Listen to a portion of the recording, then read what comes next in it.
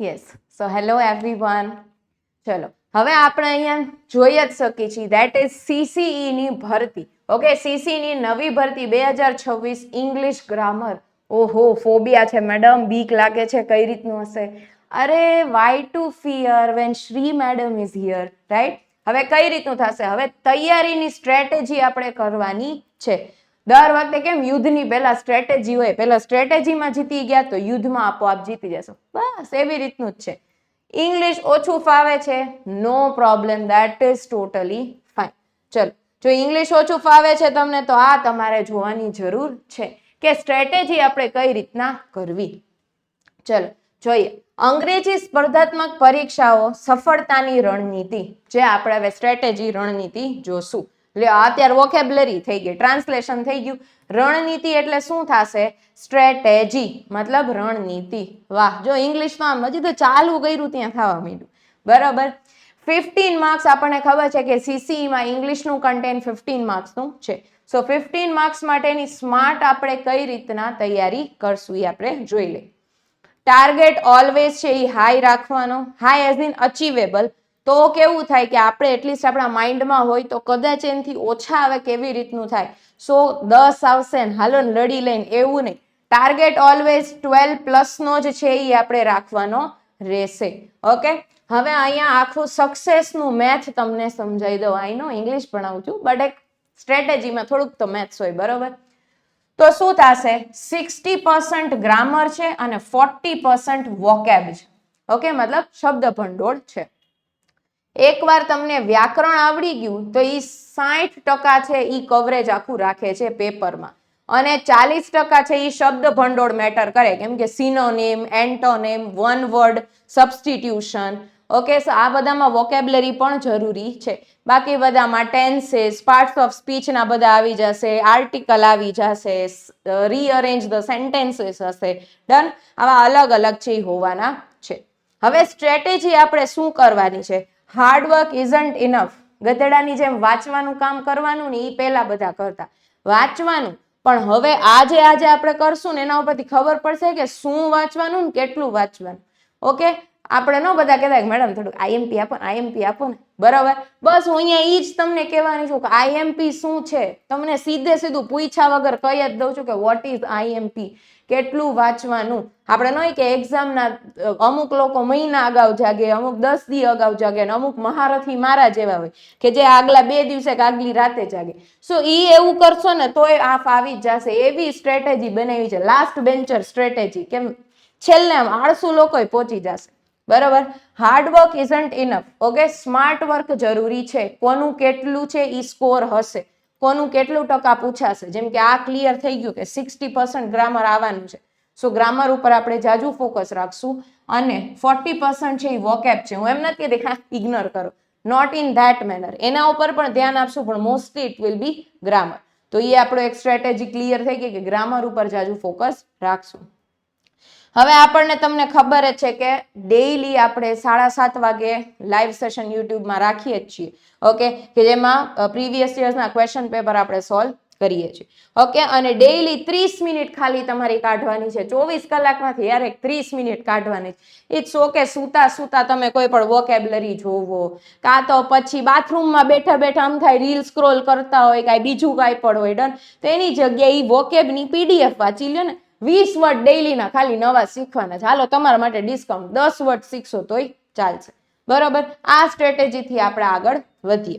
હવે આજના સેશનમાં આખું જે ગ્રામર, જેમ મેં કીધું કે આખું ઇંગ્લિશ આ 60 + 40 100% પૂછશે. એમાં મેં કીધું કે આઈએમપી શું આવશે. ઓકે, સો આઈએમપીમાં સૌથી વધારે કેટેગરી એ છે. ઓકે, કેટેગરી એમાં મોસ્ટ ઇમ્પોર્ટન્ટ વસ્તુ કે જે જનરલી એવરી યર પૂછાય છે ને પૂછાય જ છે.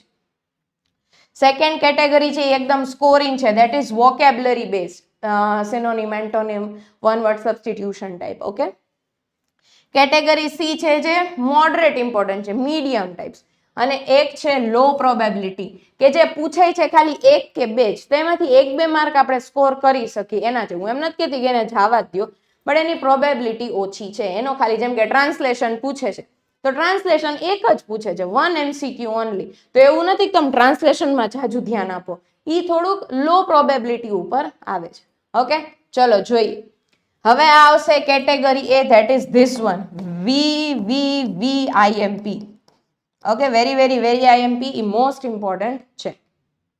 એમાંથી શું શું પૂછે છે એ આપણે જોઈ લે. સૌથી પહેલા તો ટેન્સીસ પૂછાય જ છે. હા, એમાંય તમને કહી દે છે પ્રેઝન્ટ ટેન્સનું ફોર્મ લખો, પાસ્ટ ટેન્સનું ફોર્મ લખો, so that will be easy. Okay, લગભગ દરેક પરીક્ષામાં પૂછાય છે. એરર ડિટેક્શન ને ફિલ ઇન ધ બ્લેન્ક્સમાં પૂછાય છે. ઈ તો તમે 7:30 નો લાઈવ સેશન જોશો એમાં પણ જોઈ શકશો આપણે પ્રીવિયસ યર્સના ક્વેશ્ચન પેપર. પછી છે વોઇસ, એક્ટિવ થી પેસિવ વોઇસમાં કન્વર્ઝન કેવી રીતના. ઓકે, ડિરેક્ટ એક પ્રશ્ન આવવાની પૂરી શક્યતા છે. રૂલ્સ ક્લિયર હોય તો ઈઝી છે, એ આપણને ખબર જ છે. SVOOVS, આ એક્ટિવ અને આ પેસિવ, એટલે રૂલ્સ તો આપણને ખ્યાલ જ છે. ઇફ નો ખ્યાલ હોય તો આપણે આ બેચ જોઈન કરી શકો છો, એમાં મેં બહુ ઈઝી મેથડમાં શીખવાડ્યું છે. ખેર, આગળ વધીએ. That is voice, active to passive. અને થર્ડ શું રહેશે? થર્ડ રહેશે ડિરેક્ટ થી indirect speech. Okay, reporting verb, reporting speech છે. ઓકે, અને એસએસસી ની પેટર્નમાં બહુ જ કોમન છે, આના એમસીક્યુ હોય ને હોય જ છે. સો આ શું છે? કેટેગરી 1 નું પાર્ટ 1 છે. હવે બીજું શું પૂછાય છે? તો કે આર્ટિકલ્સ અને ડિટરમાઇનર્સ પણ પૂછાય છે. આર્ટિકલ્સ એટલે એ એન્ડ ધ, એ આપણને ખ્યાલ જ છે, બરોબર, એ એન્ડ ધ. પછી તો કે ડિટરમાઇનર્સ હોય ફ્રીક્વન્ટ કન્ફ્યુઝન ટોપિક્સ. ઘણાને કન્ફ્યુઝન એવી રીતના થતું હોય કે ભાઈ કયું આર્ટિકલ ક્યાં આવશે, કયા ડિટરમાઇનર્સ આવશે. ઓકે, સો એટલે આ પૂછવાનું સૌથી બેસ્ટ છે કે સ્ટુડન્ટ શું કન્ફ્યુઝ છે ને ક્લિયર છે કે નહીં. ઓકે, સમ, એની, મચ, મેની, ડન, એ બધા આવશે. એના પછી પ્રેપોઝિશન આવશે, ઇન, અંડર, ઓન, કઈ રીતના પ્રેપોઝિશન છે. Most confusing but very scoring. ખબર હોય કે આન્સર શું છે, ક્લિયર હોય તો આઈ ગેસ આના જેવો સ્કોરિંગ એક સબ્જેક્ટ નો થાય. One word error type question છે એ પણ આવી શકશે. અને લાસ્ટ છે that is transformation of sentences.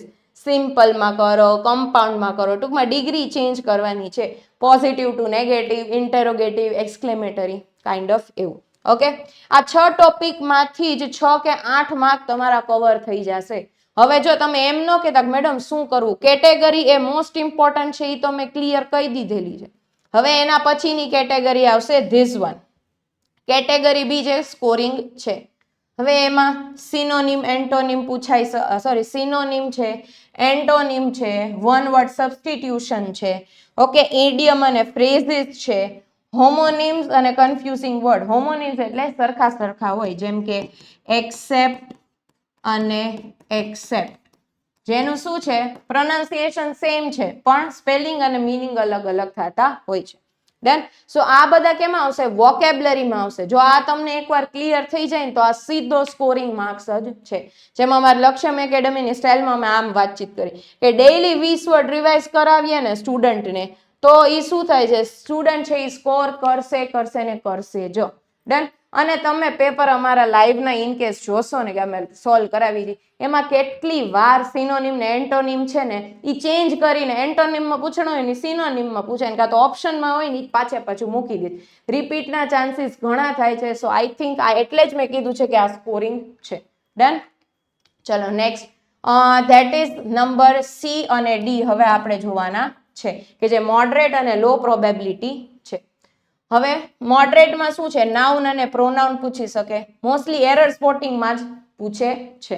Okay, adjective ને કન્જંક્શન્સ પૂછી શકે, વર્બ અને એડવર્બ પૂછી શકે. ઓકે, બેઝિકલી આખું ગ્રામર કહી શકાય ને કે પાર્ટ્સ ઓફ સ્પીચમાંથી પૂછાય છે. અને એના પછી લો પ્રોબેબિલિટી. ઓલવેઝ મેં કીધું છે કે એને ઇગ્નોર નથી કરવાનું કે ચાલ ઈ તો નથી જો આમાં પાસ થઈ ગયા, નહીં. આના એમ આવે જ છે એમસીક્યુ, પણ કેવા હોય? ઓછા હોય, 1 કે 2 કે એવી રીતના જ હોય. પણ ઓલાના બધાના ઝાઝા હોય તો આપણે સ્કોરિંગ છે એટલે હાઈએસ્ટ લેવલ રાખ્યું છે અને આની પ્રોબેબિલિટી લો રાખેલી છે.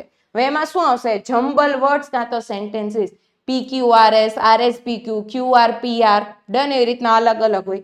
તો એ જમ્બલ વર્ડ્સ કે સેન્ટેન્સીસ એક પ્રશ્નથી વધારે આવવાની શક્યતા ઓછી. એક જ મોસ્ટલી છે એ પૂછાય છે, કાં તો મેક્સ ટુ મેક્સ 2, પણ આનથી જાજા તો નહીં જ પૂછાય. ઇંગ્લિશ ટુ ગુજરાતી ટ્રાન્સલેશન છે એનો તો એક જ આવે છે. ઓકે, જો પેટર્ન ગુજરાતી ડોમિનન્સ હોય તો એક પ્રશ્ન આવી શકે. એક હોય છે, એ તો મને પણ ખ્યાલ છે. ડન. સો આવી રીતનું આખું રહેશે. પ્રિપરેશનની પ્રાયોરિટીનું ઓર્ડર મેં કહી દીધું છે, જેમ કીધું કે હાર્ડ વર્ક કરતાં સ્માર્ટ વર્ક જરૂરી છે. સો એની જ આખી સ્ટ્રેટેજી છે. પહેલા ટેન્સીસ ઉપર ધ્યાન દેવાનું, વોઇસ ઉપર ધ્યાન દેવાનું, ડિરેક્ટ ઇનડિરેક્ટ ઉપર ધ્યાન દેવાનું, આર્ટિકલ્સ ને પ્રેપોઝિશન ઉપર ધ્યાન દેવાનું, ટ્રાન્સફોર્મેશન એટલે કે ટ્રાન્સલેશનનું, વોકેબ્યુલરી સેક્શન ઉપર ધ્યાન દેવાનું, અને લાસ્ટમાં બાકી બચેલું ગ્રામર જે છે એના ઉપર ધ્યાન દેવાનું રહેશે.